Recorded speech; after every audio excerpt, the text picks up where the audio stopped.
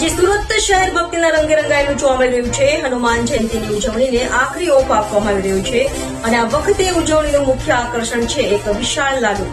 જી હા, સુરતના પાલ વિસ્તારમાં આવેલા અટલ આશ્રમ ખાતે હનુમાનજીનો ભોગ ધરાવવા માટે 6000 કિલોનો બુંદીનો લાડુ તૈયાર કરવામાં આવ્યો છે। આવો જોઈએ આ અંગે વધુ વિગતો।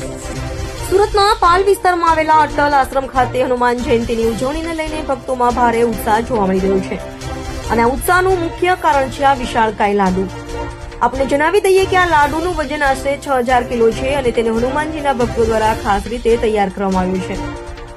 લાડુ બનાવવા માટે મોટી માત્રામાં બુંદી અને અન્ય સામગ્રીનો ઉપયોગ કરવામાં આવ્યો છે।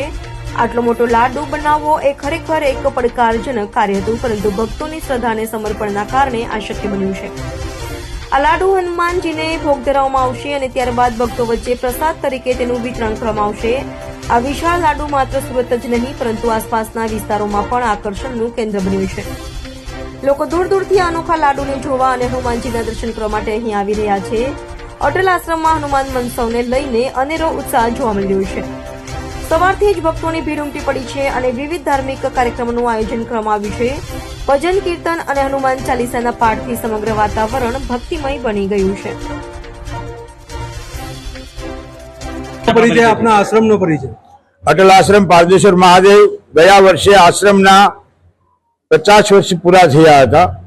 आ 51 वर्ष शुरू થઈ રહ્યો। ત્યારે 6000 કિલોનો એક લાડુ, જેની અંદર 2000 કિલો બેસન, 2000 કિલો શક્કર અને 80 થી 90 ડબ્બા જેવું તેલ, ઘી બંને અને સાથે 100 કિલો સૂકો મેવો મળીને 6000 કિલોનો એક લાડુ બની રહ્યો છે। ગઈકાલે 9 તારીખથી 9 વાગ્યાથી શરૂ કરી અને મને એવું લાગે છે કે કાલે કદાચ લાડુ સવારે 9, 10, 11 વાગ્યા પૂરો થાય।